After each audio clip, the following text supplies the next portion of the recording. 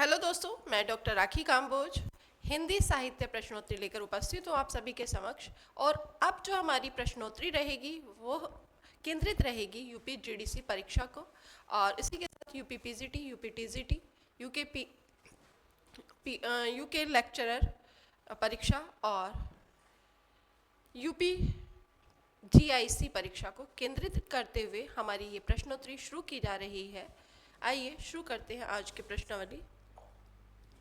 हिंदी का प्रथम समाचार पत्र उद्दंत मार्तंड किस प्रकार का पत्र था?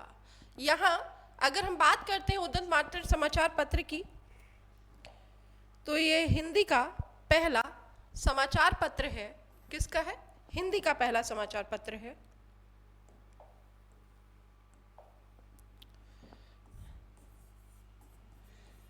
ठीक है, लेकिन कैसा है, दैनिक है या साप्ताहिक है, यहाँ पूछा है, तो ये साप्ताहिक है। कैसा है? हिंदी का पहला समाचार पत्र है जो साप्ताहिक है। इसकी शुरुआत कब की गई थी? इसकी शुरुआत हुई थी 30 मई 1826। 30 मई को हिंदी पत्रकारिता दिवस के रूप में मनाया जाता है, ये भी ध्यान रखिएगा। कब मनाया जाता है? 30 मई को। तो उद्दंत हिंदी का प्रथम समाचार पत्र ये यहाँ बता दिया गया। उद्दंत मार्तंड किस प्रकार का समाचार पत्र है? दैनिक, यानी कि जो प्रतिदिन निकलता है समाचार पत्र, जैसे आप दैनिक जागरण, अमर उजाला, इन्हें पढ़ते हैं, दैनिक समाचार पत्र हैं। लेकिन उन्हीं के साथ साथ आप कुछ पत्रिकाएं देखते हैं तो वो साप्ताहिक रूप से आती है, जैसे रूपायन वगैरह, जोश, तो ये क्या है? वो उसका साप्ताहिक अंग है। वैसे ही जो पत्रिका मासिक रूप से आती है उसे महीने में एक बार आती है, उसे मासिक कहते हैं। जैसे आप पढ़ते प्रतियोगिता दर्पण, मासिक पत्रिका है। तो वैसे ही यहाँ पूछा है कि किस प्रकार का समाचार पत्र है, तो ये साप्ताहिक समाचार पत्र है। ठीक है, आगे बात करते हैं। राजा शिव प्रसाद सितारे हिंद द्वारा संपादित पत्र का नाम क्या है? किसका पूछा? राजा शिव प्रसाद सितारे हिंद का द्वारा संपादित पत्र समाचार सुधावर्षन, बनारस अखबार, प्रजा हितैषी, ज्ञान प्रदायनी। तो जब हम बात करते हैं राजा शिव प्रसाद सितारे हिंद की, तो इन्होंने निकाला था बनारस अखबार। कौन सा? बनारस। नाम से ही स्पष्ट है कहाँ से निकल रहा था, बनारस से। ठीक है, तो इनके द्वारा संपादित पत्र कौन सा है? बनारस अखबार। अगला प्रश्न है, भारतेंदु युग का समय किसे माना जाता है? 1850, ये ईस्वी में देखना है आपको। 1800 से 1850, 1850 से 1900, 1868 से 1900 और 1900 से 1920। जब भारतेंदु युग के समय की बात करते हैं तो भारतेंदु युग का समय जो है वो 1857 से माना जाता है। कुछ लोग उसे 1857 के बजाय 1860 मानते हैं। सबका अपना अपनी धारणाएं हैं। यहाँ जो उत्तर है वो इसके अनुसार, यहाँ ईस्वी में हम इसकी बात कर रहे हैं, तो ईस्वी के अनुसार यहाँ इसका समय 1868 से 1900 के अंतर्गत माना जाएगा। ठीक है, कब से माना जाएगा? 1868 से 1900।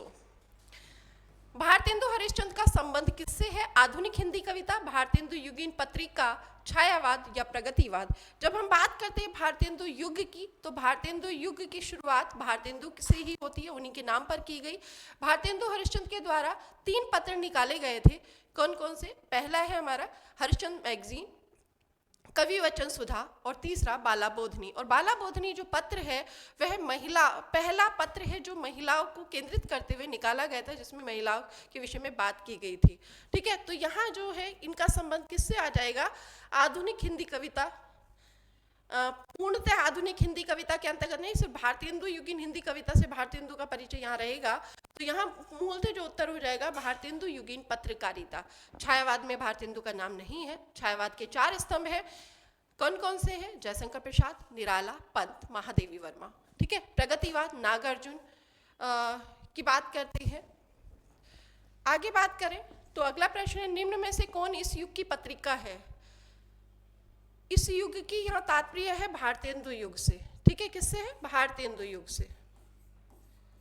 भारतेंदु युग की पत्रिका कौन सी है? कवि वचन सुधा, सरस्वती, हंस या माधुरी। अभी मैंने बताया कि भारतेंदु के द्वारा 3 पत्रिकाएं निकाली गई, हरिश्चंद्र मैगजीन, कवि वचन सुधा और बाला बोधनी। तो जब बात करते हैं भारतेंदु युग से संबंधित, तो कवि वचन सुधा क्योंकि सरस्वती 1900 में प्रकाशित होती है, हंस इसका प्रकाशन भी छायावाद युग में आता है, प्रेमचंद युग, और माधुरी ये द्विवेदी युगीन और छायावाद। तो यहाँ उत्तर क्या हो जाएगा? कवि वचन सुधा हो जाएगा। अगला प्रश्न है हमारा, हिंदी प्रदीप के संपादक कौन थे? हिंदी प्रदीप, भारतेंदु, बालकृष्ण भट्ट, महावीर प्रसाद द्विवेदी या प्रेमचंद। जब बात करते हैं महावीर प्रसाद द्विवेदी की तो 1900 में एक पत्र निकला था सरस्वती, लेकिन उसका संपादन उस समय किसने किया था? उस समय किया था श्याम सुंदर दास ने। लेकिन महावीर प्रसाद द्विवेदी ने इस पत्र का सरस्वती का 1903 में संपादन किया और इन्होंने हिंदी का शुद्धिकरण किया, ठीक है। और तो यहाँ पूछा हिंदी प्रदीप के संपादक कौन है, तो हिंदी प्रदीप के संपादक यहाँ हो जाएंगे बालकृष्ण भट्ट। कौन हो जाएंगे? बालकृष्ण भट्ट, ठीक है। यहाँ बात कर रहे थे हम महावीर प्रसाद द्विवेदी की, तो महावीर प्रसाद द्विवेदी के बारे में जो ये जिस पत्र से जुड़े हैं उसकी बात हमने की है। किससे जुड़े हैं? सरस्वती से, ठीक है। भारतेंदु का मैं बता चुकी हूँ।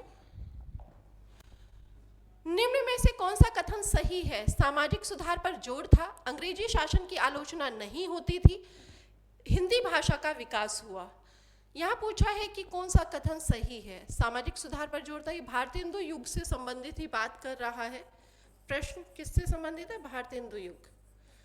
कौन सा कथन सही है? सामाजिक सुधार पर जोर था, बिल्कुल सही बात है। राष्ट्रीयता की बात की गई थी, बिल्कुल सही। अंग्रेजी शासन की आलोचना नहीं होती थी, ये यहाँ क्या हो जाएगा? ये गलत हो जाएगा, क्योंकि ऐसा नहीं, भारतेंदु युग में जो अंग्रेजी शासन है उसकी आलोचना की जाती थी, हिंदी भाषा का विकास हुआ। तो हमारा यहाँ उत्तर क्या हो जाएगा? ये मैंने बता दिया कि ये गलत है, तो हमारा उत्तर हो जाएगा 1 और 3 हो जाएगा। किसकी बात कर रहा है? ये बात कर रहा है भारतेंदु युग की, ठीक है। किसकी बात कर रहा है? भारतेंदु युग की। अगला प्रश्न है, समाचार के मुखड़े को पत्रकारिता की भाषा में क्या कहते हैं? समाचार का मुखड़े के तात्पर्य यहाँ है कि अगर आप एक अखबार ले रहे हैं तो उसमें हेडिंग होता है, फिर उसके बाद समाचार लिखा जाता है, तो उसी में यहाँ कहा कि उसके मुखड़े को पत्रकारिता की भाषा में क्या कहते हैं? बॉडी, इंट्रो या लीड, डेडलाइन या बाई लाइन। तो याद रखिए, जब समाचार के मुखड़े को पत्रकारिता की भाषा में क्या कहा जाता है? इंट्रो कहा जाता है। क्या कहा जाता है?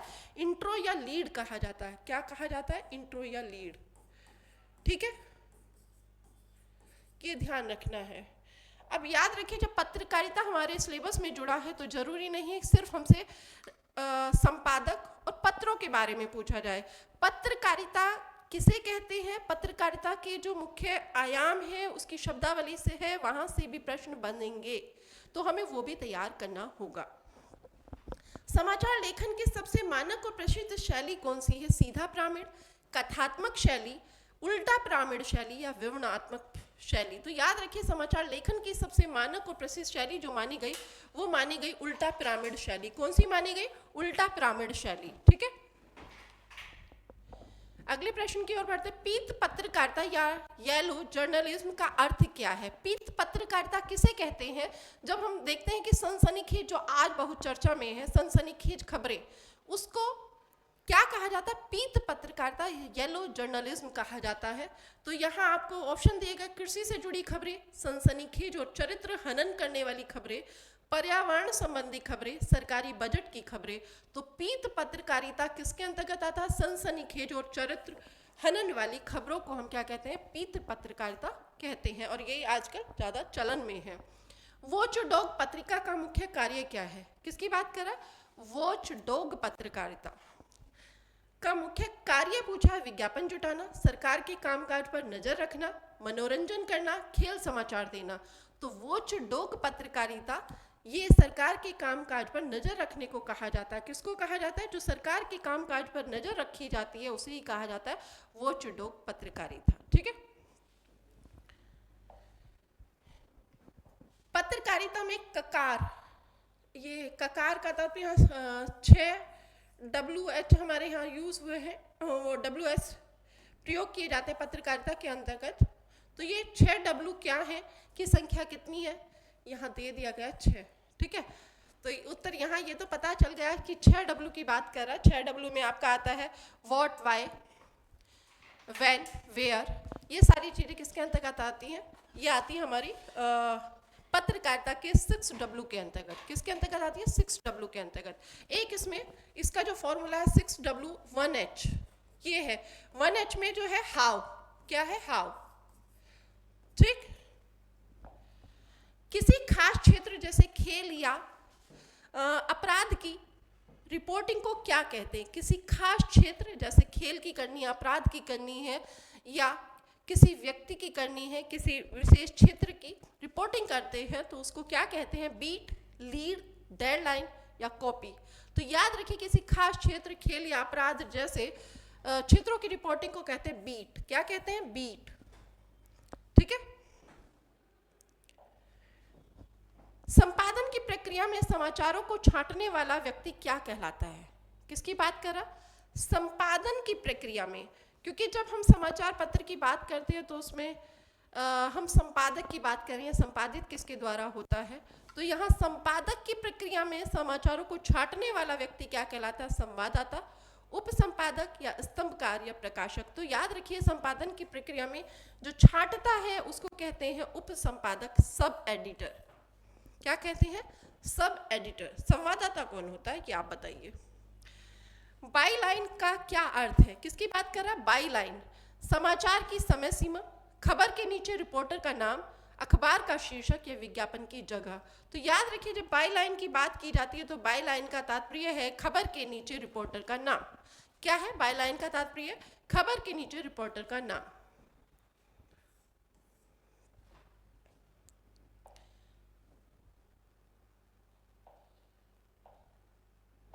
ये थी हमारी आज की प्रश्नावली। कल फिर प्रश्नावली लेकर उपस्थित होंगे। कल हम पत्रकारिता के बारे में थोड़ा सा विस्तार से बात करेंगे और तब पत्रकारिता की जो हमारी क्लास होगी उसकी जो प्रश्नावली होगी उसको शुरू करेंगे। ठीक है, फिर मिलते हैं कल की क्लास में पत्रकारिता टॉपिक को लेकर, क्योंकि अभी हमारे जो यूपी जीडीसी की परीक्षा है उसमें जो नए टॉपिक जोड़े गए हैं जो इससे पूर्व रहते थे लेकिन इसने विस्तार से नहीं, उन पर हमें विस्तार से बात करनी होगी। तो पहले हम उन्हीं टॉपिक को लेकर आएंगे।